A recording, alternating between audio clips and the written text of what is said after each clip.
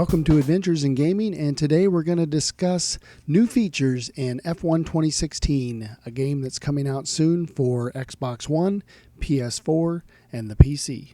The Formula One game franchise has been developed and published by Codemasters for quite some years now, and this latest release, they've got a lot of new features that they've added. The first game that they had out for the new gen platforms, the Xbox One and the PS4, were pretty much a stopgap type thing, I think, because they hadn't come out with anything in the first year of that release. But for 2016, they're really stepping it up. So let's start off by taking a look at a chart here that compares the features from F1 2015 to F1 2016. As you can see, there's a lot of bullet points for F1 2016, but they're kind of selling themselves short a little bit on the 2015 franchise season because there were a couple things in here that don't get mentioned, like all new driving physics, which I think was a lot better over the 2014 version. And there was a pro season mode in F1 2015, just not to the extent of what we see here. So to start off, we'll have time trial, quick race, championship or pro season mode, online multiplayer. So those are the basic races that you can get into, and now we'll dig into the nitty-gritty here. 22-player online multiplayer. That, to me, seems outrageous. If my understanding is that they've completely reworked the online features or code set for this game, so it's supposed to support a lot more players. That is yet to be determined. We'll see that when we actually get on the game and start playing. But if we could, that would be absolutely awesome. You got career/pro season. They put pro season and championship season up at the top under F1 2015 and 2016. So I don't know. But the big thing about career this year is that it spans 10 seasons. Along with that, all these extra things that you can do, like player customization and freedom, which we're going to go into, team contracts and personnel interaction. You've got a agent and you've got a like a team manager that you get to interact with. Practice goals and R&D vehicle development. Practice sessions now actually have real life in them, in the fact that you actually have to do something rather than just go out and practice. A bespoke strategy. You get to customize how your upgrade system works. We'll talk about that more too. Driver rivalries, which you've had in the past, and it basically just spanned a certain number of races, but now I think the driver rivalry actually starts at the very beginning or after the first few races, and you just if you beat or lose against a rival, you get another rival assigned to you, and you actually get to move forward with that each and every 4 or 5 races. Team principals are also involved, and then you also have a paddock where you actually get to sit back and see what's going on and get your information and set up your strategies and stuff like that. Speaking of strategies, safety car and virtual safety car. The safety car was missing from F1 2015, and it was a big complaint from a lot of players that the safety car wasn't included. It just adds a more specific piece of strategy to the F1 games and how you do your races when the safety car comes out, because it can change a race dramatically. So I welcome that addition for sure. Adding strategy and different tactics to the F1 2016 must have been a big priority for Codemasters, because in addition now we've got interactive race starts and formation laps. We'll go over each one of those in a little bit.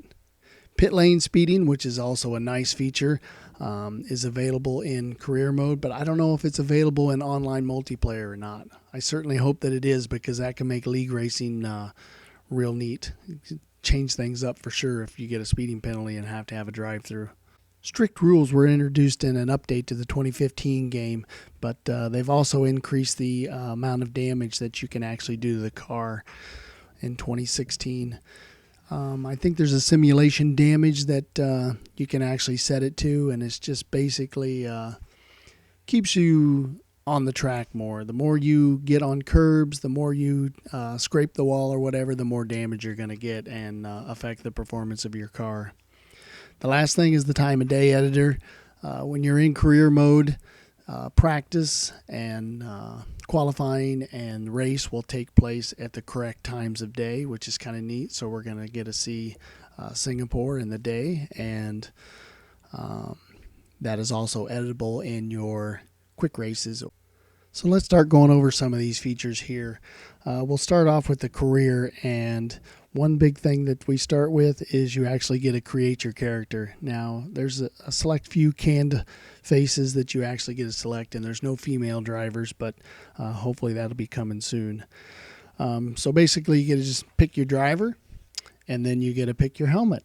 So when you pick your helmet, you get a selection of 15 or so, something to that effect. But the big thing about that is you get to customize it. So you can actually select certain areas, base, detail, detail 2, and change the color however you want. So you're actually, when you pick a helmet, you just pick the design, and then you actually get to change the colors of it to suit you. Next up is the complete overhaul of the practice system. There's several different things that you get to do during practice to actually make it meaningful, and the first one is track acclimatization.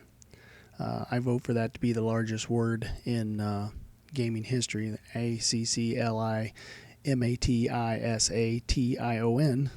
So, but as you see here, there's gates that you get to go through, and it'll score you either red, green, or purple as you go around your lap, and it's basically just teaching you the line to drive and getting you used to the track for those users who haven't been used to it. But you get these development points along the way as you get to do this, and then you get an overview screen after the test, and you get to see how well you scored. You get to see your speed through each of the traps, and it kind of rates you on your speed / position, so you can kind of see how well you're doing on the track. The next free practice test is tire management. And you can see from this picture here that there's a bar at the top for red, green, and purple. And that's basically shows you how your tires are being treated as you go around the track. That circle will move left and right depending on how well you're managing your tires. There's also a target lap time that you need to get to, and then also a nice overview screen once you get there. Now we got a couple of these to show you. And this is where the data of F1 really comes into this game, and this is what I really like.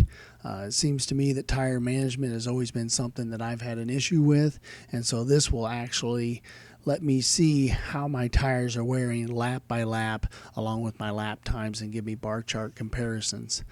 You've got a couple of ones here to look at. One was 6 laps, I think it was, on the soft tire, and the other one was 10 laps on the super soft tire. So apparently you can go as many laps as you want and then come back to this screen and see. Now the beauty of this whole system here is, at least during career mode, it will take this tire data and analyze it, and then offer you certain strategies for the race when you actually go to your race. So this is an invaluable tool to help you create your strategy for career races. The third practice program is qualifying pace, and basically, like the screen shows here, you run a few laps and it gives you your best time, whether you've got purple sectors or not, and then your estimated best lap times and stuff like that. As you can see, during each one of these sessions here, you get points, development points, and you've got 50 for track acclimatization, you got 50 for tire management, you got 50 for qualifying pace, and then you've also got a fourth category, team objectives. I don't have any screenshots of that, but team objectives are obvious. You know, they want you to set a certain qualifying position, a certain race finishing position. They may want you to hit a certain target time or something in a specific sector or whatever, depending. So you can get up to 25 points for that. in each race, and these development points go toward making your car faster. Now, when you select career, you can select any one of the F1 teams that are out there, and from this screen here, you can see that the vehicle performance comparison on the right-hand side, you get to see sort of a bar chart of how well these teams are doing. In this screen, we've got the Haas team selected, and there are a number of things on the left side that you can upgrade. You get engine power, fuel efficiency, chassis weight, downforce, and drag. Each one of these items costs points to upgrade, and it takes a race or two to actually, once you select it, to get that upgrade completed and attached to the car. Now, in this example here, we can see that fuel efficiency is selected, and it's going to cost 200 to upgrade that. And if you look at the bar chart on the right, there's a little bitty nip out there that shows you how much your team performance is going to increase if you complete that task. So this research and development is something that allows you to take a lower tier team over the 10-season career and actually get it up to a performance level of a Mercedes or a Ferrari car to actually contend for the championship. This is actually one of the neat things that is included with this F1 2016 game, and a good reason to extend your season past a season or two to try and get a lower tier team up to championship status. Now, you don't have to stay with a specific team from season to season. You can actually skip around and sign contracts with new teams and change around, but your development points will start developing for that newer team, and you'll have a better performing car or lower performing car. That's the thing with this game, too, is that you can actually say if you sign with Red Bull and you're not performing up to expectations, they may kick you off the team, and then you got to try to get signed with a different team, and presumably a lower tier team, to try to meet those goals. So this 10-season career is actually something that's going to be pretty awesome. The next thing that we have that we talked about before were rivalries, and you start off with your rivalry with your teammate, and there's a number of objectives that you do from the practice, qualifying, and races to try to beat your rival. And if you do so over so many races, then you will get a new rival. And I'm not sure what you actually get. I guess you would get number one status driver for your team if you beat your team rival. But once you create a rival with somebody else on a different team, I'm not sure what you will get as far as a reward if you beat that rival. Maybe a contract offer from that team. And now on to the bits about the actual racing. Here we've got a shot of wet weather racing at Silverstone. And the wet weather racing has been overhauled quite a bit, I guess, from my understanding, and that is it's going to be a lot looser of a car, so it's going to actually, you're going to have to manage your throttle much more during the race, and you're shifting to make sure that you don't lose traction. Next up is the formation lap, and for those of you who aren't familiar with F1, the cars come out onto the grid, or they actually start on the grid, and they have heat blankets over the tires to try to keep them warm, and they peel those off, and then they do what they call a formation lap, and that's where they actually run one controlled lap, and they actually get their brake temperatures and their tire temperatures up to a specification, or at least they try to as a driver, so that they have a good, decent start, because as these tires cool, they lose grip. Once you round that last corner, the computer takes control of your car and lines it up into your grid position, and then we get to do what you call a manual start. Now, these are not required. It's actually an option, but I think most people will enjoy it because it adds another piece of realism to the actual game. F1 cars do not use a clutch to shift during the race except for at the race start. So here you've got a button to hold your clutch. You got to get your RPMs up to a certain level and then release that clutch when the 5 lights go out and you're off and racing. Master that and you could probably gather a position or two every race start. We're winding down on our number of new features, but the next one we get to is the pit road entry speed. It's basically a flashes red or green depending on whether you're at or below the speed or above, and it will end up, if you enter the pits too fast, you're going to get a probably a 5-second penalty, I would imagine.